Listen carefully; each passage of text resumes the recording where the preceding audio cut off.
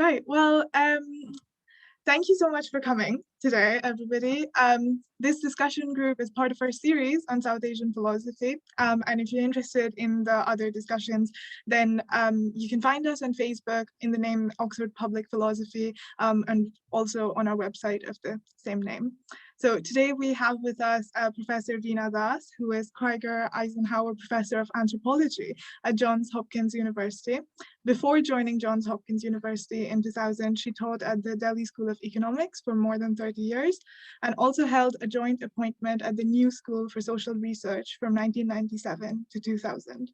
Veena Das's research covers a range of fields. She's interested in the questions of how ethnography generates concepts, how we might treat philosophical and literary traditions from India and other regions as generative of theoretical and practical understanding of the world, how to render the texture and contours of everyday life, and the way everyday and the event are joined together in the making of the normal and the critical. Today, she will be speaking on the topic of Sanskrit, Prakrit, and textualization, grammar as philosophy. We will begin with Professor Das's talk, introducing the topic, and then open up to the audience for questions and comments and just general discussion. And you can use the chat function or just jump in by unmuting. I'll just pass on to Veena to start us off. Thank you, Shruti, for having me. And thank you, everybody, for coming, particularly because this is not a talk in any definitive voice, in the sense that I've had this interest in Sanskrit texts for very long, and my first book actually did look at, not the most standardized Sanskrit, but the kinds of regional Sanskrits which were in which the Kaspuranas were written. But I remember very early on, actually, when one of the first papers I ever gave in public, where the philosopher Dayakrishna was present, and he'd given this talk of saying how, nobody looks at Indian philosophy for thinking of, just thinking rather than saying, oh, this is what they said, kind of thing. And I think I'd made a comment. He turned around to me and said, how often do you turn ever to Indian? Have you ever turned to any Indian philosophical texts? And I said, but I do it all the time, because, when I'm very stuck with something, or when I'm trying to define something, it's been actually a very important resource for me to think about this. And so I'm really also very happy to have, Faisal is a very learned person in these matters whose range of languages are absolutely quite stunning. And so that's been like very nice to, to see his work. And also I do want to say that I have here my friend Sangeeta Chattu,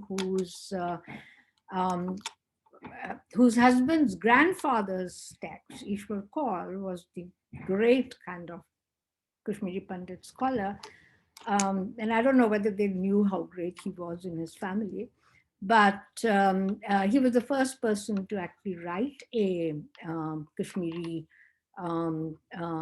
dictionary, but the form of it was a Paninian framework. And then Grierson persuaded him that that's not how dictionaries are written. And so it's a very fascinating kind of way in which the questions of how to look at some of these issues is, it's an ongoing question, because on the one hand, say people like me who didn't learn Sanskrit in very formal ways. I did a honors degree in Sanskrit, and since childhood I had learned it in the way that in families Sanskrit was learned, right? But I don't have the kind of, and there is astonishing scholarship now which is being produced, always under the garb of Indology, but, and sometimes Indian philosophy, but not so much the question really of what are the philosophical issues we need to do that. And I've learned a lot from Buddhist studies scholars at Oxford and, and people, but I'm also very interested in those who just don't actually make it into the global discourse, right? So I chose this question of Sanskrit and Prakrit partly because, last year I realized to my own shock that, that although, like I'm a great reader of Sanskrit Kavya, um, but that when I read Sanskrit drama, I'd always gone to the Prakrit through the Chaya text because the Chaya text is the shadow text, that is the Sanskrit which is given where the Prakrits are spoken. And, and it's always very easy to sort of, it's very elegant, simple Sanskrit. And, you tend to kind of drift into the Chaya text immediately rather than staying with the Prakrit text, so to say. The other, of course, impetus came to me from Barbara Cassin's and later Emily Apter, their work on the Dictionary of the Untranslatables, in which it's a massive work. It's really fascinating. It's a huge, I think it's kind of a real contribution to scholarship. But one of the things that why it is considered to be different from the kinds of modern theories of translation, which always assume a source language and a target language. And then, all the debate has been, whether in the target language more is introduced than in the than in the source language, or less comes through in the source language, which has this very kind of very stable idea of what of a bounded single language going to another bounded single language. And one of the great things which Barbara Cassin and all did was to show that the word already has these networks of influences, so that you have to think about a language within a network of languages. And I thought that was great, but they also had the idea that translation is is a very scholarly activity. And being a reader of these kinds of Sanskrit texts, it always seemed to me that there was a lot of everyday activity going around a multiplicity of languages, right? The experience of being in India is the experience of being within a multiplicity of languages. And historians have shown that that in the that there were, it was quite common to have 2 to 3 languages spoken in within a household, for example. But we get a kind of formalization about this multiplicity in the Natya Shastra, in which Bharat spends a whole chapter on saying which kind of character can speak which kind of language, right? So, so although we say Prakrit, Prakrit is obviously a container, right? And I'm going to take up some of Olet's very fascinating book, Language of the Snakes, but where I think following Sheldon Pollock and others, the assumption has been that, that the Sanskrit ecumen basically went, that the dominance of Sanskrit actually led to other languages establishing their legitimacy by writing in Sanskrit. And the other side, which is whether such things as Jain Sanskrits, because, Jainas, we know, wrote their philosophy and their literature in several languages, right? So they wrote in Sanskrit, they wrote in different Prakrits. Ardhamagadi is where the earlier scriptures were. And it's a puzzle as to, for many scholars, as to why the early Prakrit grammarians, who were very influential, began to shift towards Sanskrit. So, somebody as iconic as Hemchandra, for example, when he writes his grammar, he writes 7 chapters on Sanskrit grammar and the 8th chapter on Prakrit grammar. And Prakrit grammar was usually, and I'll come to that, it was usually basically just saying what was not in accord with the Sanskrit in terms of word lists, right? And in terms of which sounds stayed, which sounds disappeared, where did rules of sandhi apply, for example, where did a elongation of the verb take place, where did something disappear. And elsewhere, I've argued that, that although a lot of people, Olet included, think about grammar as simply rules for speaking correctly or writing correctly, I think, Liu Renault had it absolutely right, where he said, um, uh, uh, so one, he said that the term Sanskrit, le mot Sanskrit, is here one of those rare designations of language qui ne soit pas de provenance ethnique. So it's not tied to one ethnic group, which is, the Jains are writing in Sanskrit, the Brahmins are writing in Sanskrit, the Buddhists are writing in Sanskrit. So, at least from from Nagesh, Nagarjun, all of these very important Buddhist scholars, from whom the Mahayan impulse comes, are writing in Sanskrit. So one very interesting question is the question as to how thinking of grammar only as something which sort of made for correct speech meant that one of the very important things that grammar does, which is that it actually tells you about the ontology, what kind of ontological commitments you need to make, right? So the debates which happen between the Jains and the Buddhists and the Brahmins are debates where grammar is absolutely essential. And one of the small texts that I circulated, on which Westhoff also has a very good article, which is this Kamlesh Bhattacharjee text on Nagarjun's, two or three verses on Gati, which is on motion.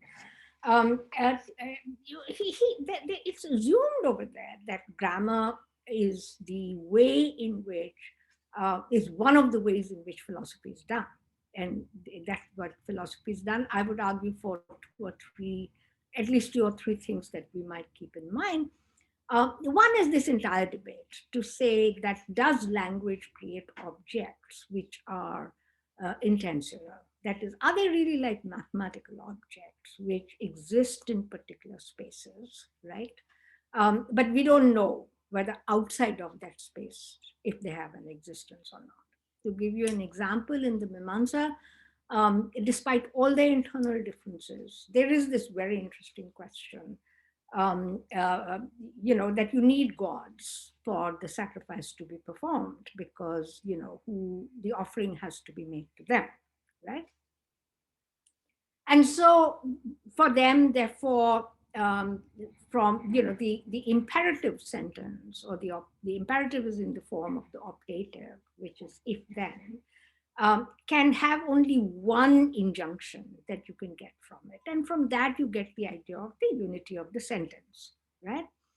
But you also have within the sentence this question of ellipsis which comes up. There's a natural ellipsis, which is if I've said something, I will not repeat it. I will assume that the word that I just uttered, which has disappeared, is something which I don't have to repeat, that you can actually draw upon that particular word. But it does mean that the word the sounds that you're hearing you never hear the whole word, so to say. That's something that you constantly construct as you're going along, right? The other important thing is the particular way in which they think about absence, which is primarily around Panini's rules about lopa and luka, which is really, we know that when we make a sandhi, for example, if I say sat plus mai, which is san mai, right? The ta disappears, right? And is replaced by the na. And we know that it follows from the particular way in which the sounds are organized in an alphabet.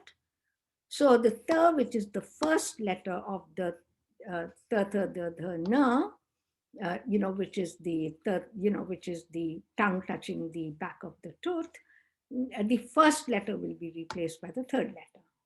There are other places, other rules in which the first one will disappear and become the dot, because the last sound in any of the vargas is the sound of a certain kind of na, ka ka ga ga nga, cha cha ja ja na, ta ta da da na, right? And pa pa ba ba ma, the ma also is close to the na over there, right? So there is a disappearance and there is a substitution, right?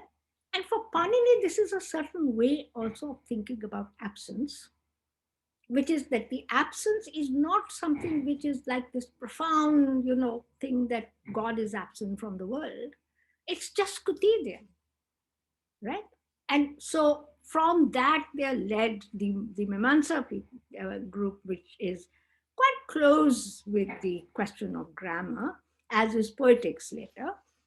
The issue will often become, okay, so the sacrifice has to be performed. We know the components of the sacrifice, that there has to be a priest, there has to be a place, surrounded, there has to be a yajman on behalf of whom the sacrifice is offered.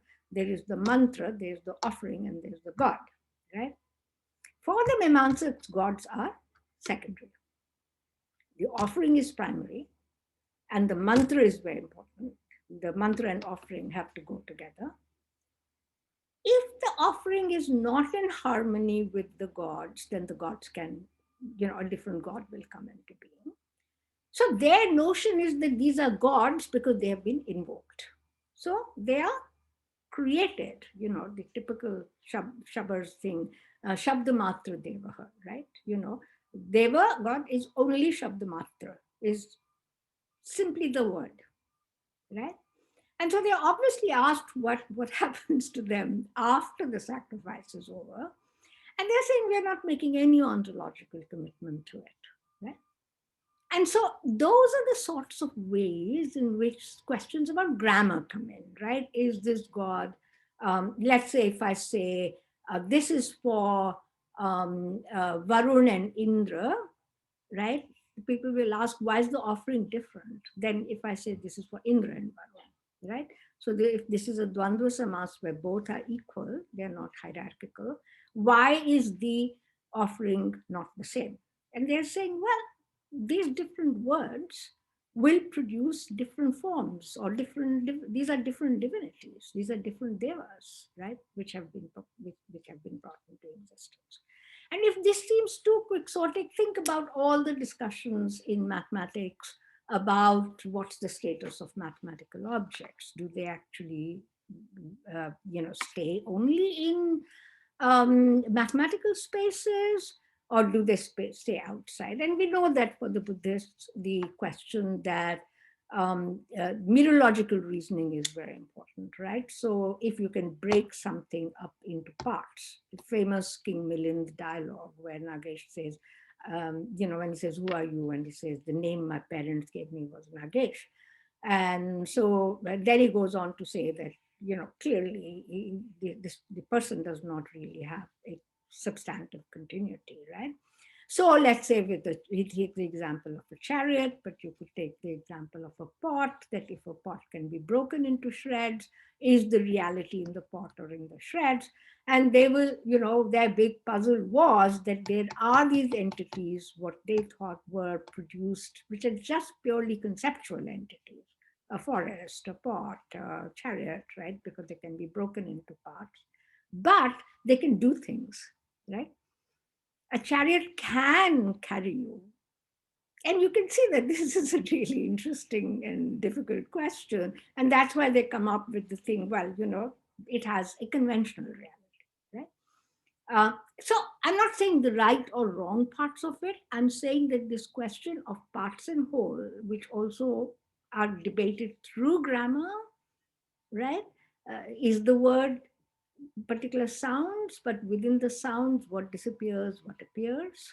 Is the sentence something where we see much more of anticipation? A word longs for other words to be there, anticipates other words to be there, right? All of those are questions in which the question of absence is absolutely, it seems to me, has been a very big preoccupation in these texts. So it's very interesting for me to think why first this scholarship such as Olet or even Bronkhorst will think about grammar as purely rules for purposes of speaking good sentences. Actually, the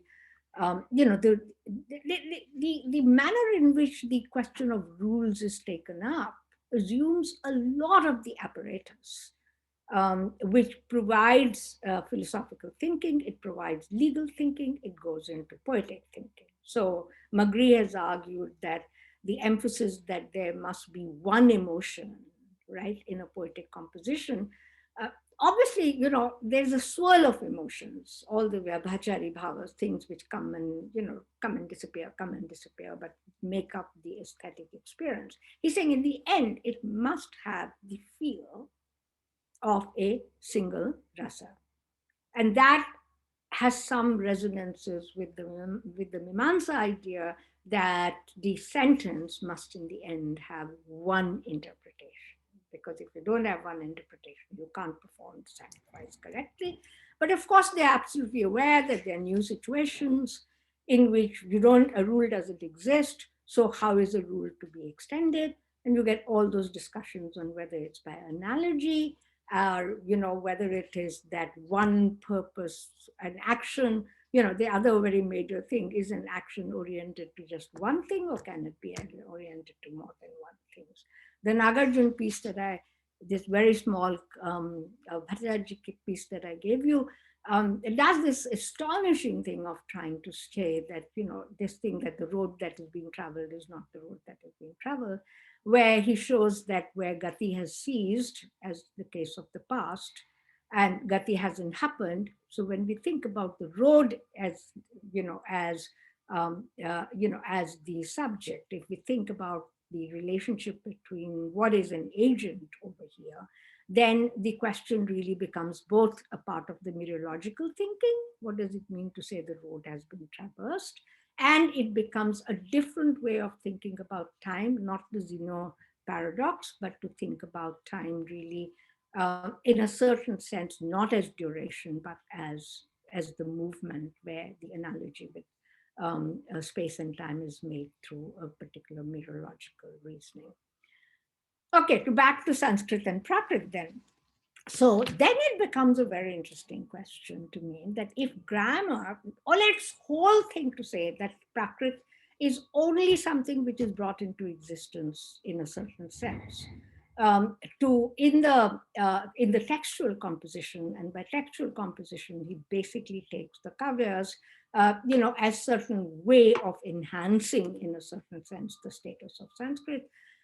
Because Sanskrit in these plays can only be spoken by it can be spoken by, by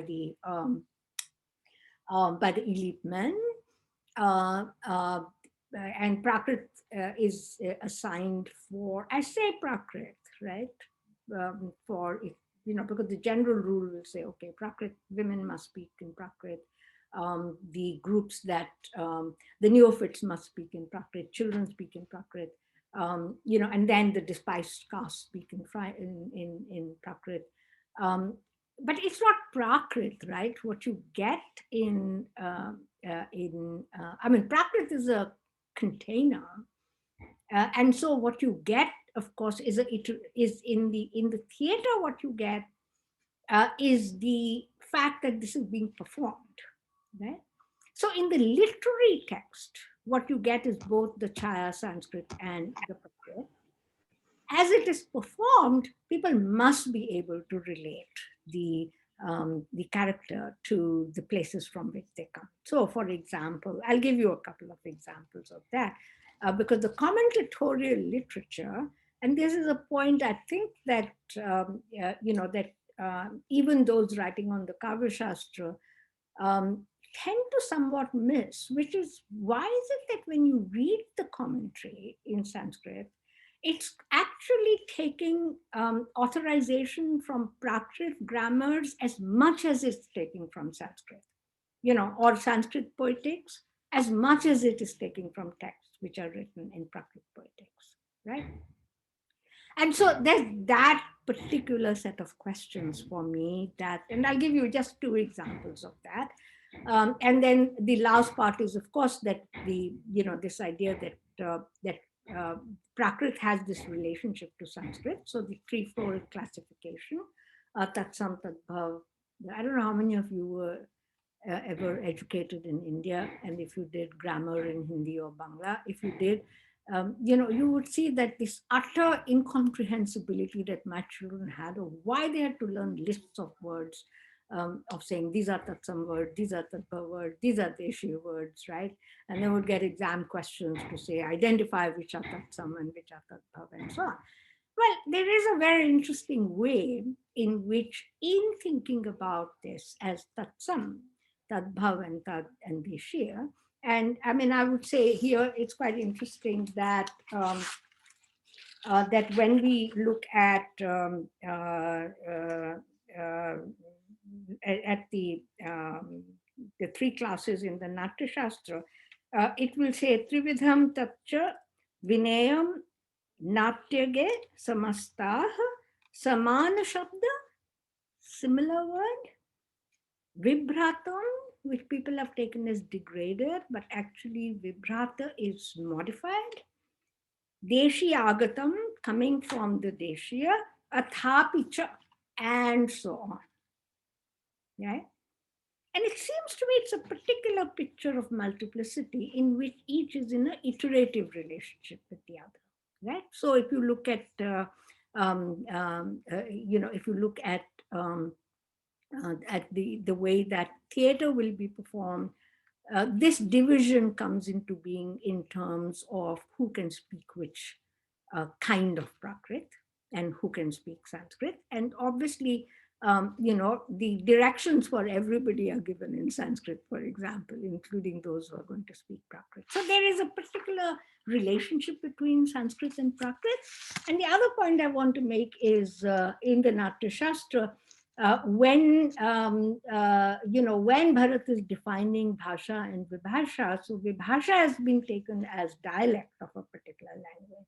But there's an apparatus over here of saying, let's say, this particular form of Prakrit is closest to Sanskrit, and therefore it will come right after the discussion of Sanskrit grammar, right? And it will just say which are the words on which there's a deviation. Then let's say come Magati, which will say what is the deviation from, from let's say, from the first Prakrit that has been described, and where is that Prakrit that stays, right? I'll come to that in just one example, right? And that goes on up to Apabhransha. So there's always that particular thing of where the limit is, and the delays which were in taking Apabhransh into this particular apparatus were partly, of course, for both Maharashtrian gathas, the Marathi, the Maharashtri gatha, which is the particular poetic forms, has to be accommodated. And if I was giving a longer this thing, and I'm happy to answer questions, what is very interesting is that those who compose the gathas will always show you that there is something in Sanskrit which could correspond to the gatha, except that the gatha will not give you the context. You have to put in the context. And with Apabhransha, the doha form becomes very important. And remember, the doha form is something in which anybody can, lots of people can compose. Again, I don't know your experience of these different languages, but in my family, we're making dohas up all the time, right? And so with people, people will be sitting there, and the famous story about the fact that you can take any four words and make a doha out of them, right? And that is true for Baba Farid is writing in dohas, Kabir is writing in dohas, Rahim is writing in dohas. So that form has to be accommodated within the poetic literature as, as authentic kind of kavya. And so there is some ambiguity around Apabhransha, But then it also has to remember that Bharat is saying that within each bhasha there can be a vibhasha, which is not purely. I think people have taken that to mean that this is the most degraded form, because it's usually spoken with by lower caste, by tribal groups, by Adivasis, the fishermen, etc. But if you take the Panyan apparatus, then vibhasha is an option, right? And so the apparatus might tell you that there is a network of relationships between these different languages, but how it is thought of, the relationship of iteration, the fact that when you say tatsam, similar, right, and when you say tadbhav raises the question, if it is coming from there, right, what's the case ending that you're going to be using? So if you use the fifth case ending, if it is the ablative, then it has been separated from Sanskrit, right? But if it is basically that it was located in Sanskrit, then the idea of tadbhav is not that it's coming from there as a chronology, which is where the historians have looked at it. Is this the Middle Indo-Aryan period that we are getting, this distinction between tatsam and tadbhav. But I think what is interesting there is the question that if you put that question through the lens of grammar, then I think, Panini's really great obsession with this question of where something is located becomes very important, as does the question of modification, as does the question of option. So if you'll allow me, can I give you just two examples of this, right? So when I say that when they are saying similar to that, they're not just saying this word is coming from that. They're saying the apparatus has already been laid out, right? And that apparatus we accept, right? And we transfer that apparatus. So for everything that is there, we will not repeat it. We will tell you where we are saying that apparatus will not apply. So, for example, the disappearance of the r sound in different kinds of prakrits. And I'll give you just two examples of that. That's one very important part, that we have to think of what does it mean to say that it's not simply the word, it's the apparatus which has been accepted. And that's what an iterative relationship means. And the second point that I want to, I'll give you one example of that as to what it means to say the apparatus has been accepted. And the second point I want to give is just an example from Abhigyan Shakuntalam of a, very quick this thing of how the commentary, for example, draws from both Prakrit authorities and from Sanskrit authorities, right? So it's by, in some ways, the primacy of Sanskrit is always in contest with the fact that the multiplicity of languages is something which is seen as just part of the scholarly apparatus, part of the way that that Sanskrit's become more vernacularized. And if you had the time, I actually came across this Sanskrit play, which was written on demonetization. And it has all this, what Deshpande says, which is you can take up a word and put a right case ending to it, and it will begin to sound like Sanskrit, right? And what does that mean for the mobility of the Sanskrits themselves? So I'm going to give you these two examples, if you will allow me. So from Pandini, what's the apparatus, right? So if we just look at the sutras which define the sarvanam or the pronoun, the definition comes on book 1, chapter 1, verse 27, and it says, Sarva Shabd Adir Yesham Tani Mani Sarvadhyani Sarvanam Sangyani Bhavanti, right? So the word sarva, which just means all, and the rest are called sarvanama pronouns, right? So think about this. Namani sarva adini, sarvadini, etc. Right? So he's obviously, in one way, this apparatus is assuming that you can fill up the rest. And of course, you can fill up the rest because Panini's Ganapatha lists all the groups referred to in the sutras. So we know that the Sarvanam, once Sarva has been said, right, as an example of a pronoun, we know that what will follow will be Vishwa, that is all Ubha, tu, Ubhay, both, Uttar, Katar, etc. Right? So there is a particular theory of lists, which is part of this apparatus, which goes into the poetics, it goes into, same with Dhatupat, same with every class of words, right? That is assuming the presence of that list, he's not going to repute it.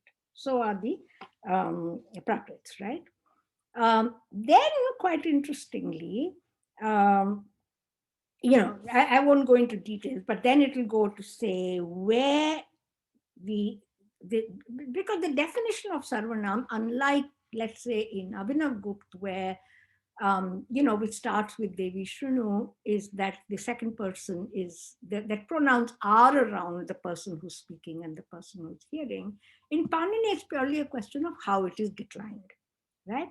So Sarvanam is declined differently from noun, although it has the same sound ending, right? So I say Rama, Rama, Rama, but I say for the plural of Sarva, I'll say Sarve and not Sarvaha, right? That's what is interesting.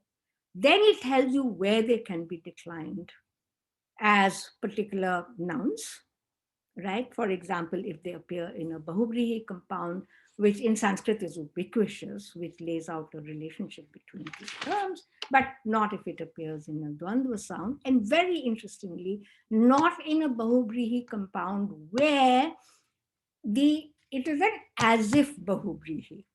That is, Pandit is perfectly aware that two things can be put in a relationship. They may sound like Bahuvrihi, but they're actually only quasi-Bahuvrihis. And there it will be declined as a noun, right? So once you understand, I think, that this apparatus is being what is being transferred, then you see that the iterative relationship is not purely that, oh, Prakrit is basically telling you these are the words, where we depart. It's saying the apparatus is something which we do accept, to which they're contributing, right? Because, they are also themselves writing in Sanskrit grammar. And you can then see that the question of grammar, it becomes the question of absence, it becomes the question of how far the rule will extend, it becomes the question of what is an option, right? And that's the classification I'm proposing was actually applied to the string of languages. I have to confess, I don't know that well about the Deshi words, because the assumption is usually that these are just words in usage. But but there are complicated questions there which I haven't been able to fully resolve, and I would love to get any comments on that. The other example I wanted to take about the citing of the Prakrit authorities, right? So this is not a very ancient commentary, but that apparatus gets carried on quite interestingly. So very early on, in Abhigyan Shakuntale, when the Nati says, Ajuta iyamhi, and the Chaya Sanskrit is Aryaputra iyam asi, right? The commentator will immediately say, Sarvistribhi Patirvacha Aryaputra iti yovane. That is, in their youth, all women call their husbands Aryaputra. So what does it mean to be, say, in one way, this is what Bharat is saying. That's what, it's like the Devdasi in a certain sense, that they are authorized to call anybody Aryaputra there, right? And he's saying that Atra Natake Kave Praya Shauraseni Bhashev Abhimat Asti. That is, there's an agreement that the Nati will speak in Shauraseni, which is closest to the Sanskrit, so has a high status, as courtesans have very high status. So the courtesans, for example, Bharat does say they speak in Sanskrit, can speak in Sanskrit, right, in the text. So here the citation is citing, he's citing Bharat, but also he is citing later on, for example, the Dasharupak, and he's citing Sudhakar. So there is a whole lot of people from both Prakrit and Sanskrit that he's taking as authorities to be able to authorize or to be able to say, this is why the Nati speaks in this language. If you count the word lists again come up in very interesting ways in in the sixth Anka, where I remember, if those who read the Abhigyan Shakuntalam, it's the place where where the fisherman has been caught, and here again. The Rakshano, that is the what we call Kotwal, Koshtpal, the security person, right? When he's caught hold of them, he addresses them as Ale Kumbhila, right? And the commentator will say, Koshtapaliti Yavat, then Ale Are Kumbhila Kumbhira Kachaura. That is, he's saying this is the Namamala, this is the list of words that become a class in the Namamala, right? So the list becomes like, it's like saying, when we say in Hindi, even today, if I say, वो सारे चोर हैं, I will actually say सारे चोर उचक्के हैं. The term chora, the thief, and uchakka, one who's always doing a trickster kind of a thing, tend to go together, and that comes from the Sanskrit apparatus of akanksha or anticipation. So the name lists, in a certain sense, are not purely, this activity of just putting together all the words. Actually, the Prakrit scholars are very proud of the fact that their word list, the books they have much larger number of words than the Sanskrit Nirukta, for example, right? So in the theater, this constant thing to say, what is being dhanit? That is, what is the resonance that is coming from a theory of poetics, it's coming from a theory of grammar. And so in one way, I think that what it requires, at least to my mind, as I've been thinking more about it, is not simply to say, oh yeah, there's a network of languages, or that Prakrits have been now brought in because Sanskrit is getting to be the authoritative languages, and because of the prestige and power of the Savanas, for example, in the kingly court. That's the interesting question for me, that whether simply saying these are networks of languages, or whether we have a completely different picture of multiplicity over here. And maybe I'll stop at that and see whether, I'm sorry, run longer than I intended to. No, not at all. Thank you so much. That's really jogged my memory of sitting in like Bengali classes and like listening to my teachers trying to teach me grammar, and I mean, it was always enjoyable and very interesting, but also I think very complex, and always, there's an idea of like exceptions and the rules that you have to remember. Yeah, like we can start off with any questions if anyone already has some. Please feel free to jump in. Oh yeah, go for it. Thanks very much, Veena. Great as always. It's not a subject I know very much about at all, but as you were speaking, it struck me. I was reminded me of that famous aphorism of Nietzsche's, that if you can't get rid of God while you still have grammar, something like that. And of course, what I take to mean by that is that ideas about ontology, presence, being, and therefore metaphysics are a part of grammar, and they structure the way we think, quite apart from what we think about figures such as God. But what you are saying is about grammar and Sanskrit in particular is you seem to be focusing on notions of not of presence and ontology, but of absence, and substitution, as you say. and the way in which an absence in the, as it was Sanskrit text, might become a substitution in the Prakrit. And that is absolutely fascinating. I was reminded of, we had Prashant Keshavmurthy speak at the South Asia seminar, which is a separate seminar, a couple of weeks ago, and he was talking about Bedil, the Persian poet, Indian Persian poet, and he pointed out that one of the things Bedil was doing, and he looked at it through meter, is he's taking Sanskrit kavya meters and putting them into Persian, but without ever saying so. But similarly, his use of images, including Sanskrit images, and he referred in particular to the, Krishna carrying Mount Govardhan on the edge of his finger, alluded to in the Persian and become huge favorites among Sanskrit pundits. But neither side ever says why, so that this logic of absence and not saying seems to be characteristic of this culture that you're describing. And I wondered if you could say a bit more about that, because it's clearly not, or it seems clearly not to be an issue of esotericism or secrecy or hiding. There's something else there, which is what your talk is getting at. And it also made me think whether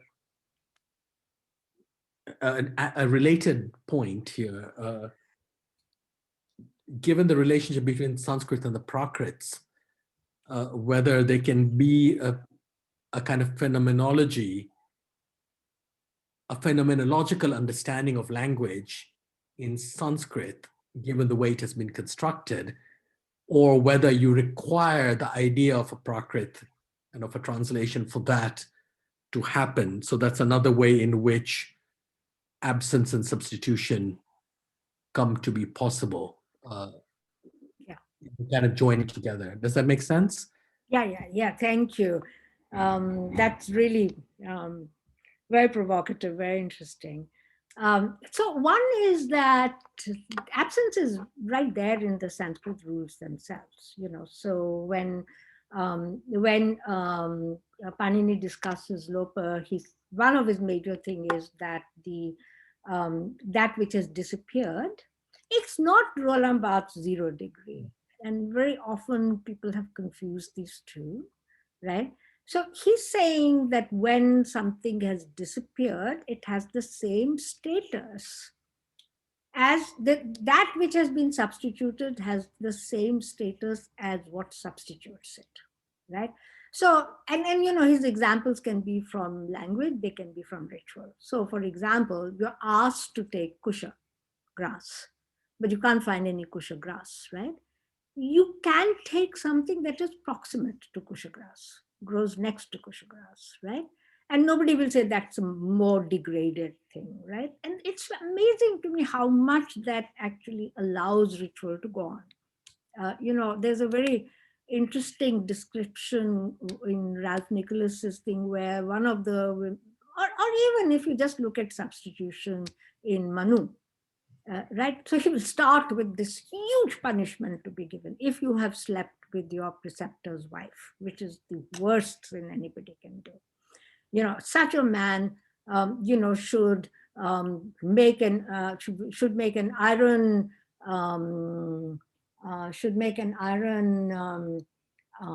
red hot iron sculpture of the guru's wife, and holding her with the same passion as he did his guru's wife, he will burn to death. Or if he can't do this, then walking through the forest, he should cut off his penis and let himself bleed to death. If he still can't do it, then he should just go to the forest, and wearing just the bark clothes, he should live off fruits and this thing of the forest for 6 months. If he can't even do that, let him think of 2 days as if they were 6 months and do it, right? I mean, it's quite astonishing, actually, right? How substitution becomes, and even today you go to a priest and say, this has to be done. And he says, oh, this will require all this. And you say, I can't do it. And you always say, Ji, Pandit ji ko upay bataiye, right? I mean, tell me a way, right? And in a certain sense, I think what Shruti said, which is like this plethora of exceptions, in fact, the exception or the vibhasha is so important that in the Sarvanam case, the vibhasha comes before the rule. you know and so that's sort of very interesting to me as a certain logic. So one is they don't need Prakrit to be able to talk of the absence. Absence is just ubiquitous everywhere. It's just not that heavy absence, right? And it takes these two forms. One is anukriti. One has already been said, so it doesn't need to be repeated. That's an iterative thing. And then the others is ellipsis, akanksha, which is, that you make a sentence because the word anticipates another word. You don't wait and say, let me see the rule and then put it over there, right? There's a certain structure of anticipation, over there, right? So that's one thing. And the Prakrit over here, I mean, that's an interesting question to me, which Olet could have asked, which is why do they group all these languages as Prakrit? Because the Jains had done that as Ardhamagadi. They had said our scriptures are Ardhamagadi, which means they are in Magadi, but the other half of it is all languages mixed together, right? And so in one way, I think that there is an interesting, for me, there's a very interesting question over here of what is this quotidian experience of absence. Purushottam has a very nice article on absence where he says, one example of absence is Rama is dishonest. Why is that not a question of saying, we can say a truth or false statement? He's saying, no, this is an example of absence, not possible, right? And so I think that what happens is that while modality disappears in much of the discussions in ordinary language philosophy till Wittgenstein, Austin bring it back, right, in a very big way, here the question of of real possibility and possibility, which is, real possibility, which is embedded in your experience of language itself, is the way to think about absence, right? Yeah. Uh, and that's why it's not about just saying, oh, this is the right way to do it, right? And because, they also have very interesting theories of error around it. To give you just two examples, one is that in order, let's say, to reach, okay, let me take two examples of that. One is the question of error, but the other is the fact that you can, because you have both Sanskrit and Prakrit, you can be hearing the same thing in two different ways. And a very famous thing is in Avinav's commentary on Anandvardhan gives this verse in which the woman is speaking in Prakrit and the man is speaking in Sanskrit, right? This is a traveler who has come to take shelter, and the woman's husband is away. Her mother-in-law is blind, and the verse goes something like saying, "Oh, traveler, this is where mother-in-law sleeps, and this is where I sleep. Don't be blinded by the darkness of the night and fall on the wrong bed." Right? And what is very interesting there is how, because, Prakrit does not have dvivachan, that is, it can't sort of signify V2, right?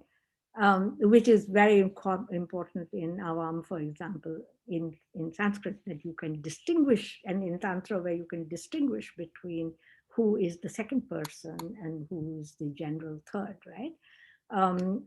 But here, quite interestingly, the term, saying that as the day disappears, she says divasakam, which is in Sanskrit, it's a particular neutral term, but in Prakrit, it's the diminutive. So she's saying this wretched day, waiting for this wretched day.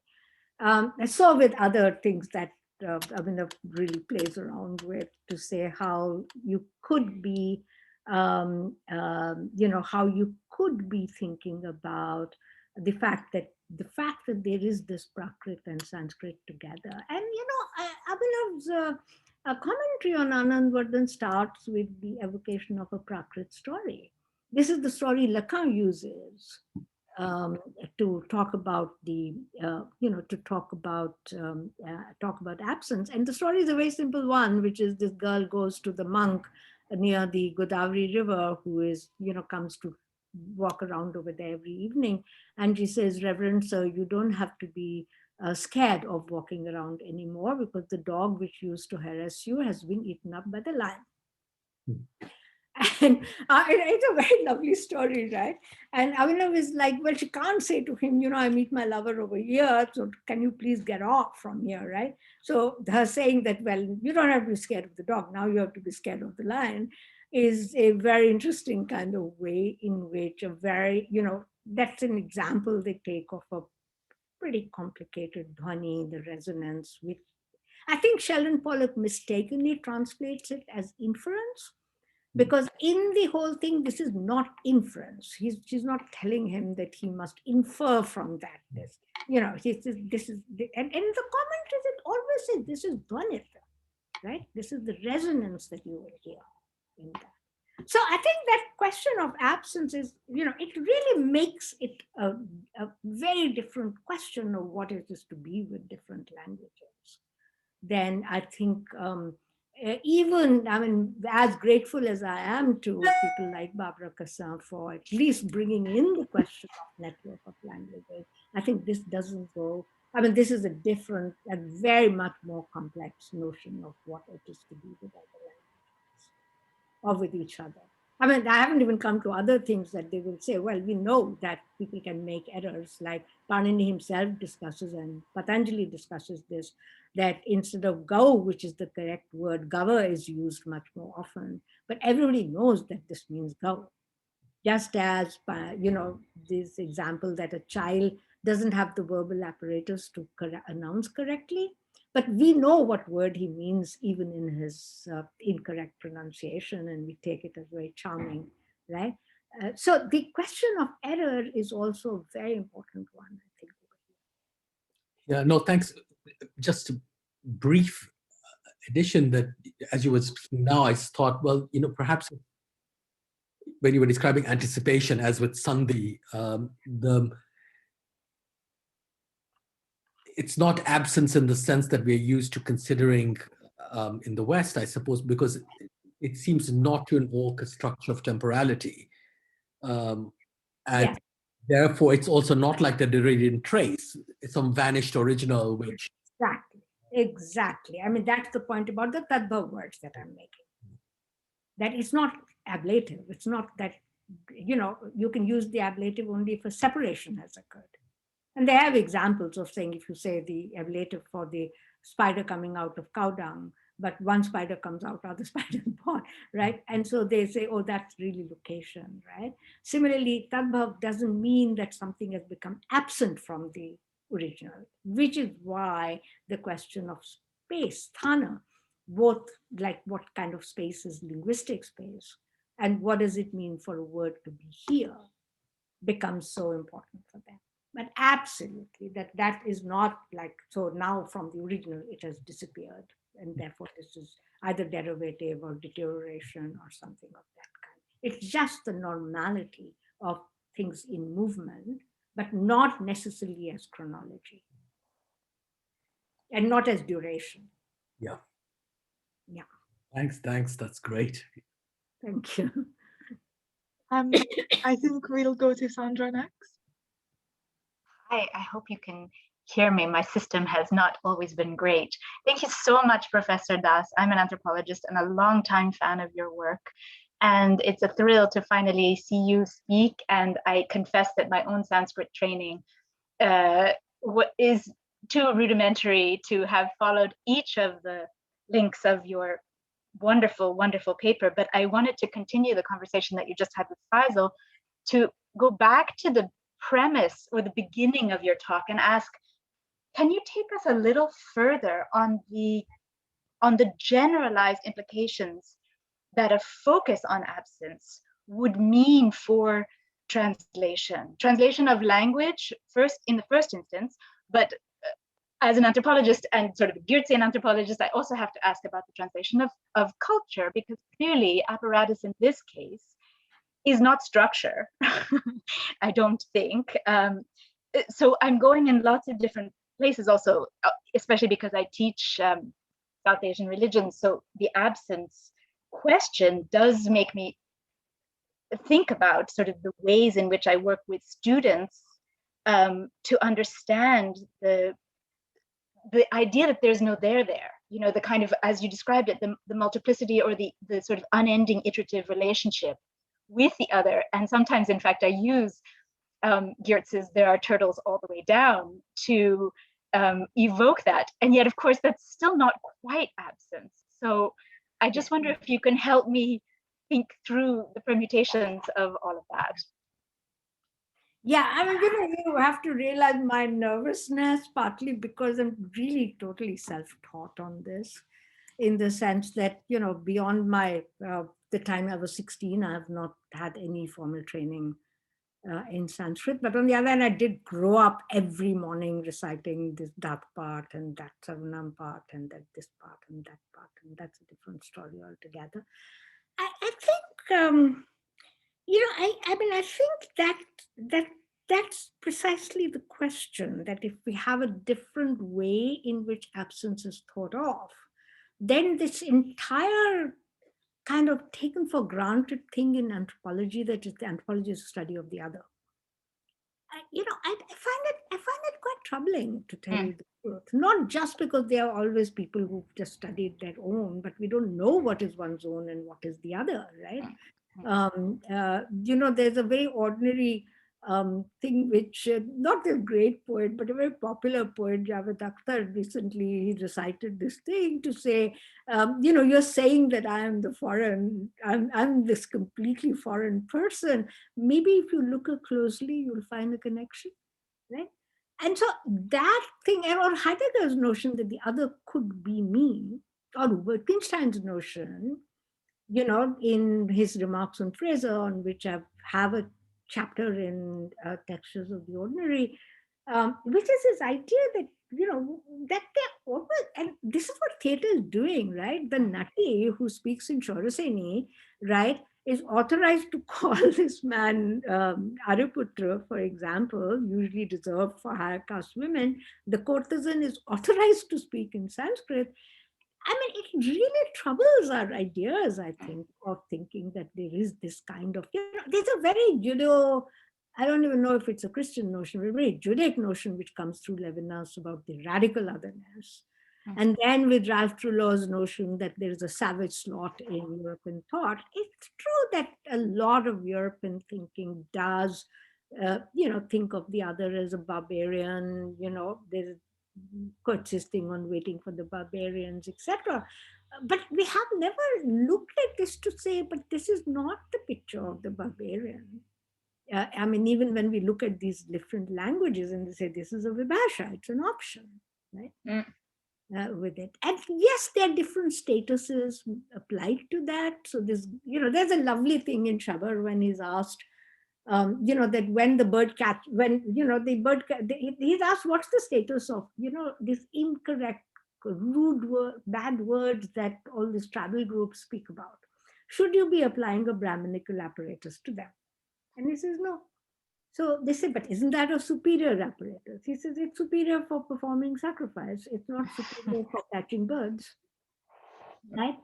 And so there's something quite or the fact that the king could not interfere in local custom, right?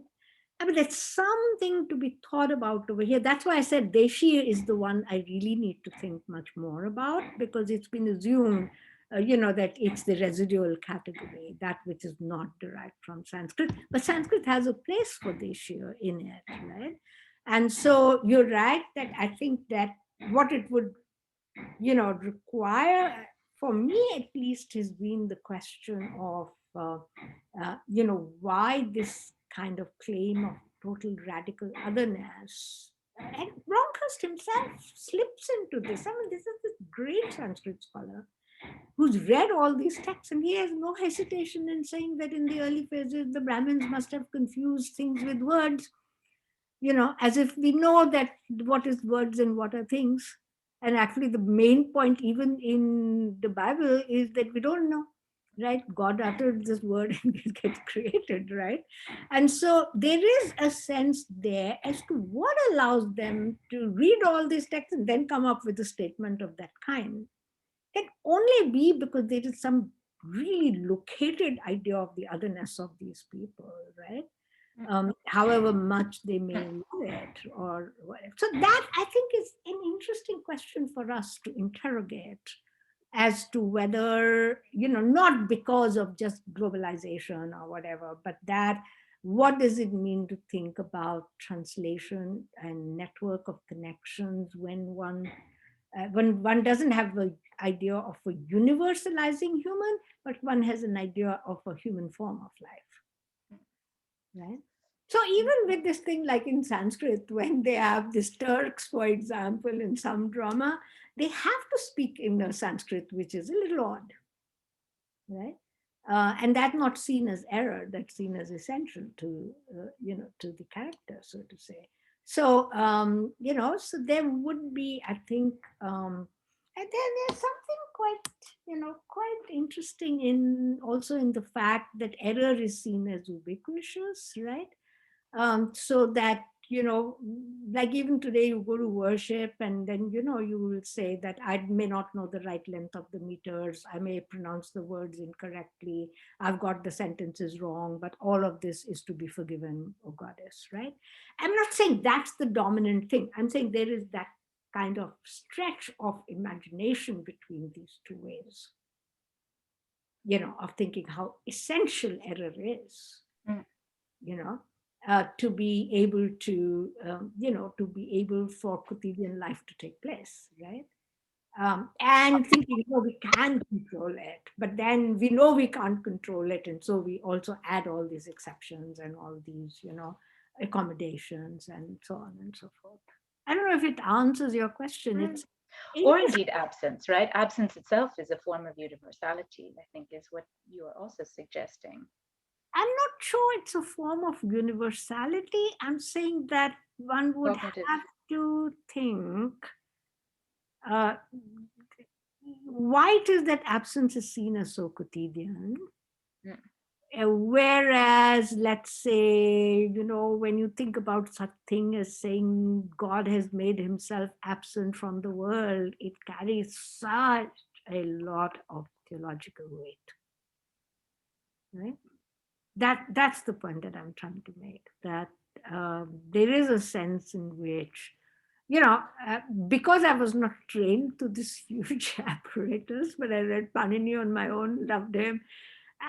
For me, it was just so quotidian, right? He would say, why don't I need people will say, why haven't you said, when you say Bhartarao, it can mean both brother and sister. So why have you not, but sometimes, why have you not provided a limiting rule which would say it applies only to both brothers? And he says, I don't need it, because when people say bring Bhartarao, right? They don't think of bringing a brother and a sister, they bring both brothers together. I don't need it, right?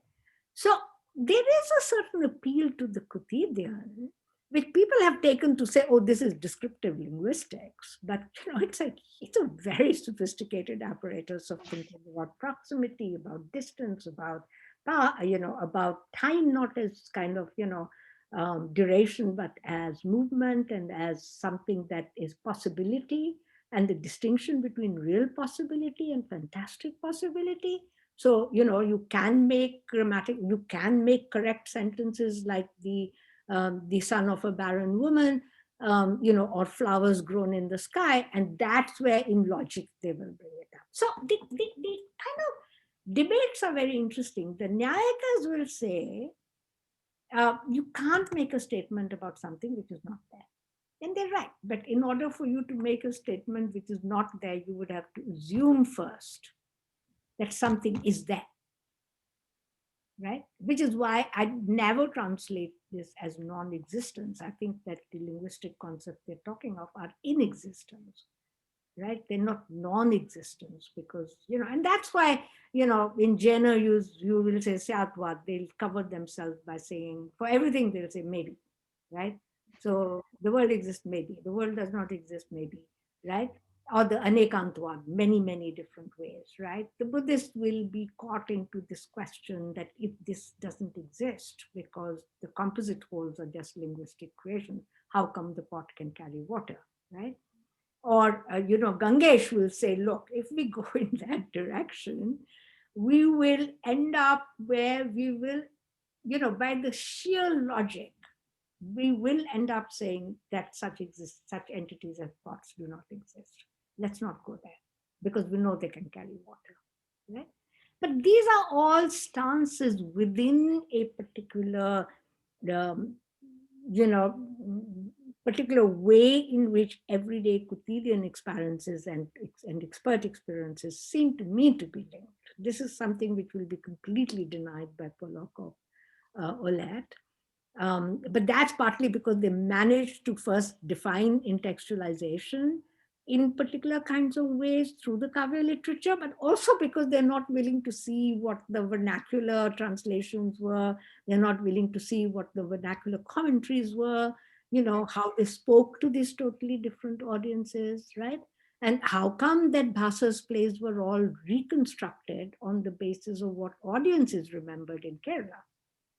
Right, because of the fact that Sanskrit theatre flourished in Kerala? Or how is it that, as Gold shows, when Nagarjuna's texts disappear from Sanskrit, it's from the Tibetan translations that they reconstructed, which completely undoes the idea of source language and target language, and have to deal with the fact that, people don't have the experience of that social context. And so are they making errors because they don't actually have those? Not just because they don't have the text.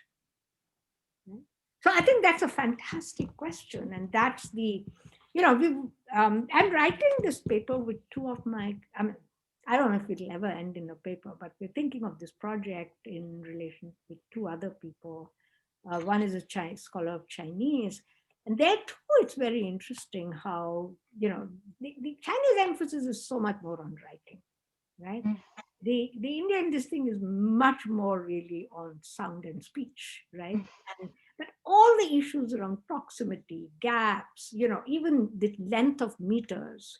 So it suddenly occurred to me that the meters are divided according to the jump of the deer, right? How much can he jump, where the gap must come, versus, let's say, the notion of the Hansadhwani, which is the movement of the swan, for example, which doesn't require as sharp breaks, right? So I think, when I say the apparatus to me is a cultural apparatus, is that it's interesting to me how the same things can be seen through musical text, they can be seen through grammatical text, they can be seen in law, they can be seen in grammar, and of course in, theology, philosophy, whichever things you want to call them. And that seems to me, again, something which, with somebody like Deshpande is totally aware of in some ways, right? But Deshpande's work is, they just dismiss it by saying, oh, that kind of Sanskrit would never be recognized as Sanskrit. But it appears in lots of places, right? Thank you so much. Thank you so much for that. I've got another question from Alice. So Alice, if you want to just jump in. Sure, thank you. This is going to maybe be less in-depth than some of these other questions so far. This is perhaps my concern as a student who I study Madhyamika philosophy of language now, but I'm very early in my studies. And in very much kind of some things we've been talking about, like wondering about the question of existence as a property, took me directly to Madhyamika philosophy and not equating absence with emptiness. And a lot of my concerns while I've been studying this philosophy that comes from a very different socio-cultural context to my own has been what I'm missing philologically, and also like in language order, which I'm only just starting to engage with. And like your readings have been massively helpful to me, and I've been talking to some other people who study and who've gone elsewhere to study in the Oriental Institute and things here. And they gave me very similar readings to yours. So I'm just wondering, pedagogically, what you would recommend as things like Indian philosophy or South Asian philosophy become more available to undergraduates.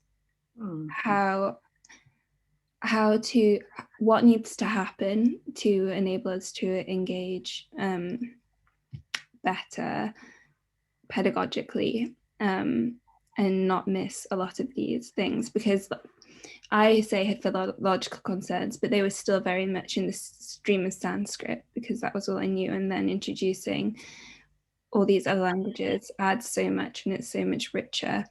And I would like to be doing accurate philosophy, and even just the jump, like even if you want to call it a language game and we have useful tools, to the notion of emptiness seems like a really big one for the way that Anglo-European philosophy is practiced. But then there's a lot else. And so it's kind of like a plea for how should we think about this? That's a really, really challenging question. Thank you for asking that. So I experiment with it, with that sort of thing. Like Navida Khan and I teach a course, I've taught it for the last 3 years. This is the 4th year on Hindu and Islamic concepts. And my sense is always to just plunge the student into some text, right? I don't prepare them for it. And they really, sometimes it's very hard on them, right? Because they're like, I can't understand what you're saying. But what is fascinating to me is that once they give up this anxiety around saying, am I getting it right? Am I not getting it right? And saying, how does it speak to you? Right? So for me, like, it's a really interesting question. I have a friend who's a school teacher. He's Swiss, and he's a Buddhist. And he, spent last summer, like in a cave with some other Buddhists, where they actually tried to visualize the text in this absolute darkness for 7 days, in company of each other. And he said it was a very terrifying experience at one level, but it was also something that broke certain bonds for him. So I don't know if I would have the courage to do that, for instance, right? And so I think everybody has to discover their own limits and what's important to them. But my sense is that one would have to give up the pedagogy of this thing of, I'm the master, I can tell you, I can correct you. I mean, unfortunately, I will have to grade you in the end, right? And, it becomes like, that's where I just hate it, right? I really wish I didn't have to grade anybody ever, right? But because I think different people will discover different things. But my task is to take you from that to say, if you have identified in it something that speaks to you, right? And let's not assume, and that's this question about universalism, which is not universalism because everybody is the same, but because we can discover within this what might speak to you. Right. So I went into Wittgenstein. My last book is, it's called Textures of the Ordinary, doing anthropology after Wittgenstein. Right. And really went to Wittgenstein, not because I knew he was a great philosopher or anything, but because what appears very strange to Western philosophers appeared quite quotidian to me. All these kinds of, strange imaginations. If I'm seeing water if I see a picture of a, a picture of a pot with water coming out and, steam, with steam coming out, is there water boiling in that pot, as a certain picture of interiority, right? It wasn't that kind of strange because, you are dealing with something in these texts. And I find it very odd, like, this is a question asked all the time if you're looking at other traditions, which is, oh, how do you know this is what they meant?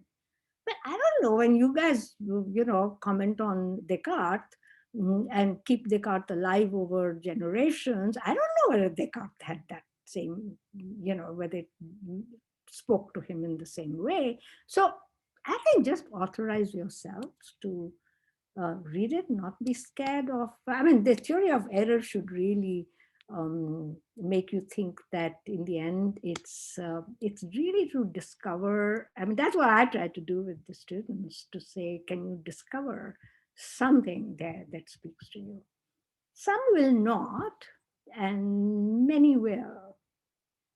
So my experiences with undergraduates have been absolutely great. They range from, I tell my class right at the start, please, can you wait before you talk to your parents about what I'm saying?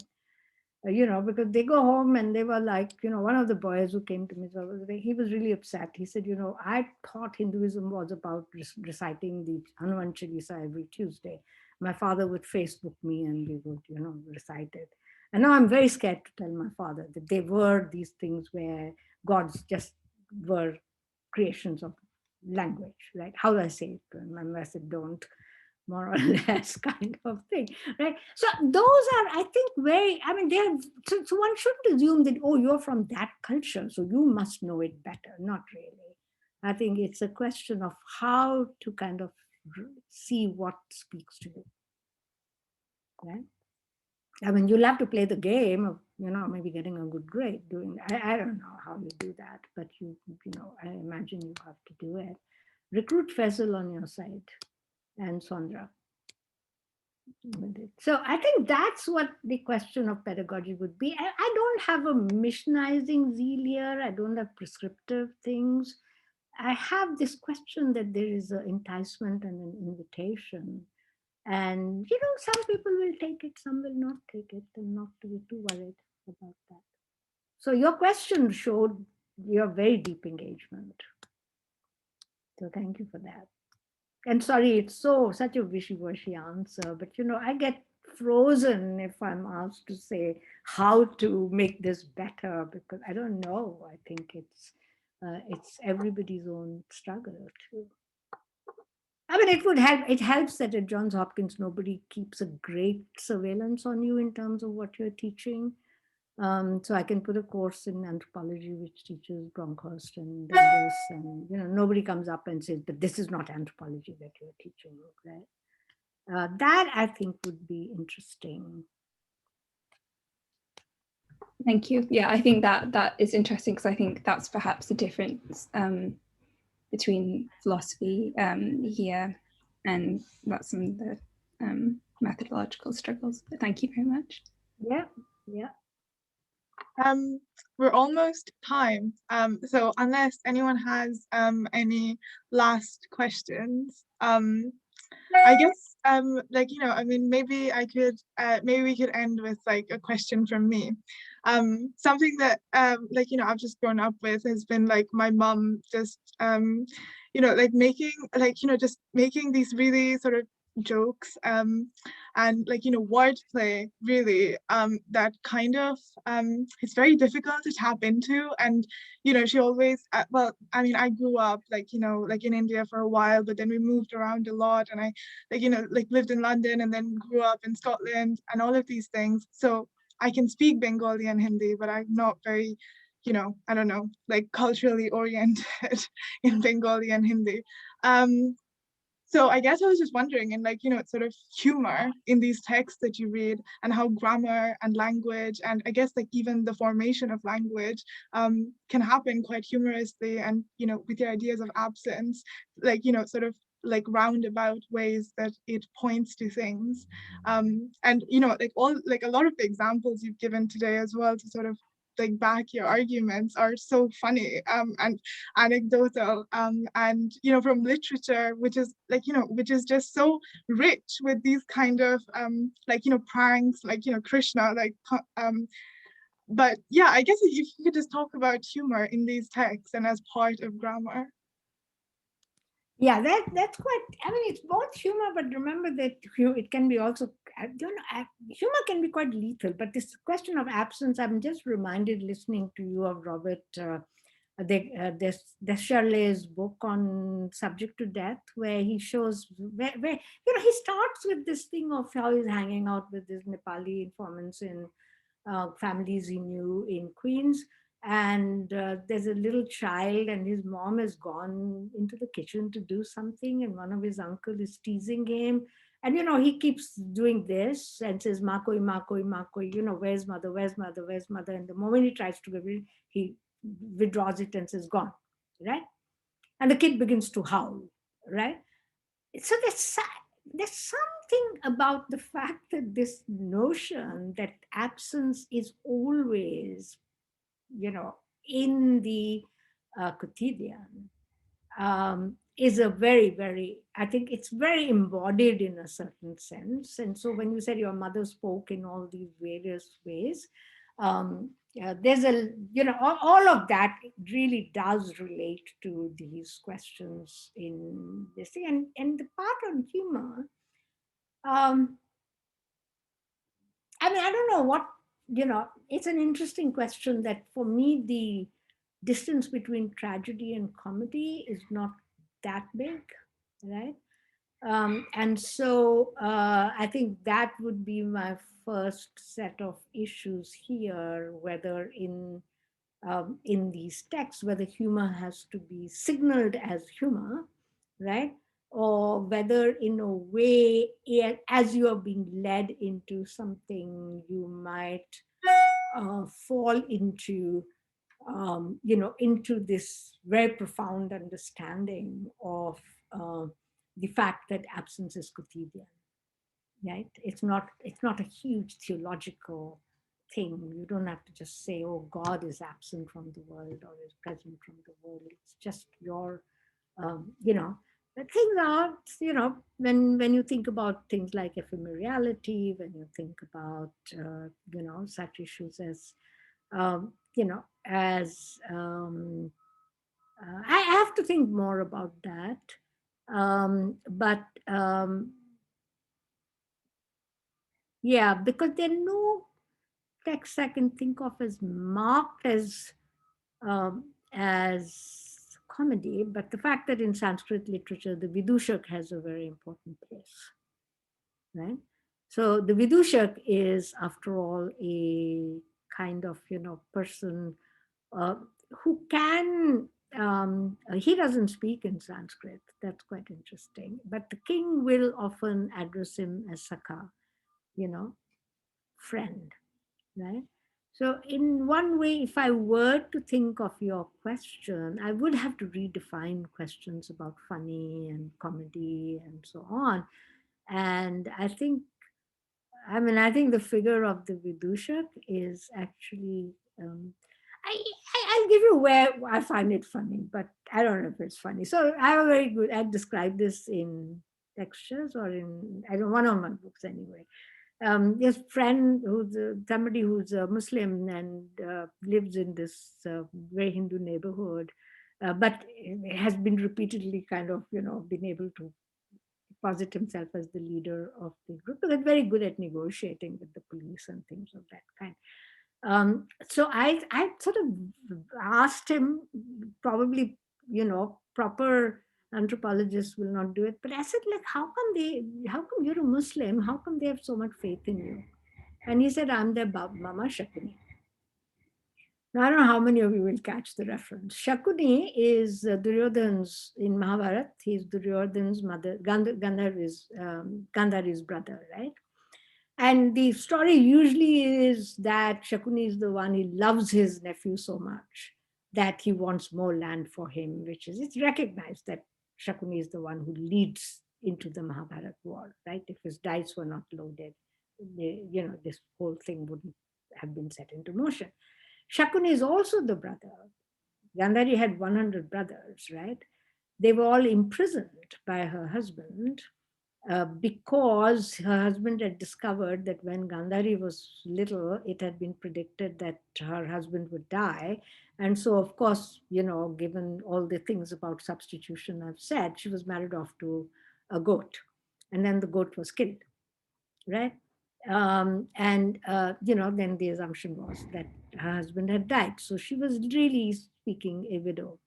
And when her husband learns about this, he's so furious that he puts these 100 people in, 100 brothers in prison. All of them save their rations and give it to Shakuni because he's the smartest one, right? And the assumption is, so when Shakuni is released, the assumption is that he's actually leading not only Duryodhan, but the entire Kshatriya race to its extinction, right? Now think about this. This guy's a Muslim, right? He has picked up these things of the Mahabharata, not because he's an astute student of the Mahabharata, but what a profound understanding of the absolute ambiguity of what is present and what is absent, what is it to be a Hindu and what is it to be a Muslim, what is it to love somebody and what is it to hate somebody, right? That's the sort of example that you would get, you know, in the text themselves. Yeah, that just sort of reminds me, like my mom is like basically works on Ritik Ghatak, and Ritik Ghatak talks about, you know, Indians having an epic mentality. And I think that that is just one of those things, right? These, that like, you know, you just grow up with these sort of cultural like knowledge. And I guess like, you know, one of the characters that, you know, sort of, I guess like similar is like Narod, like I've always found that, you know, that, yeah. Anyway, thank you so much for speaking to us today. This has been Sorry. If you're interested in Narad, you'll be interested to know that one of the epithets of the goddess Kali, of the 1008 epithets, is Kalapriya. She loves creating discord. Yeah, my mom's a big fan. Right. But Okay. yeah, I'll just I'll end the recording here, but you know, we can if anyone has the time, or if you have the time, we can just continue a little bit of the discussion maybe.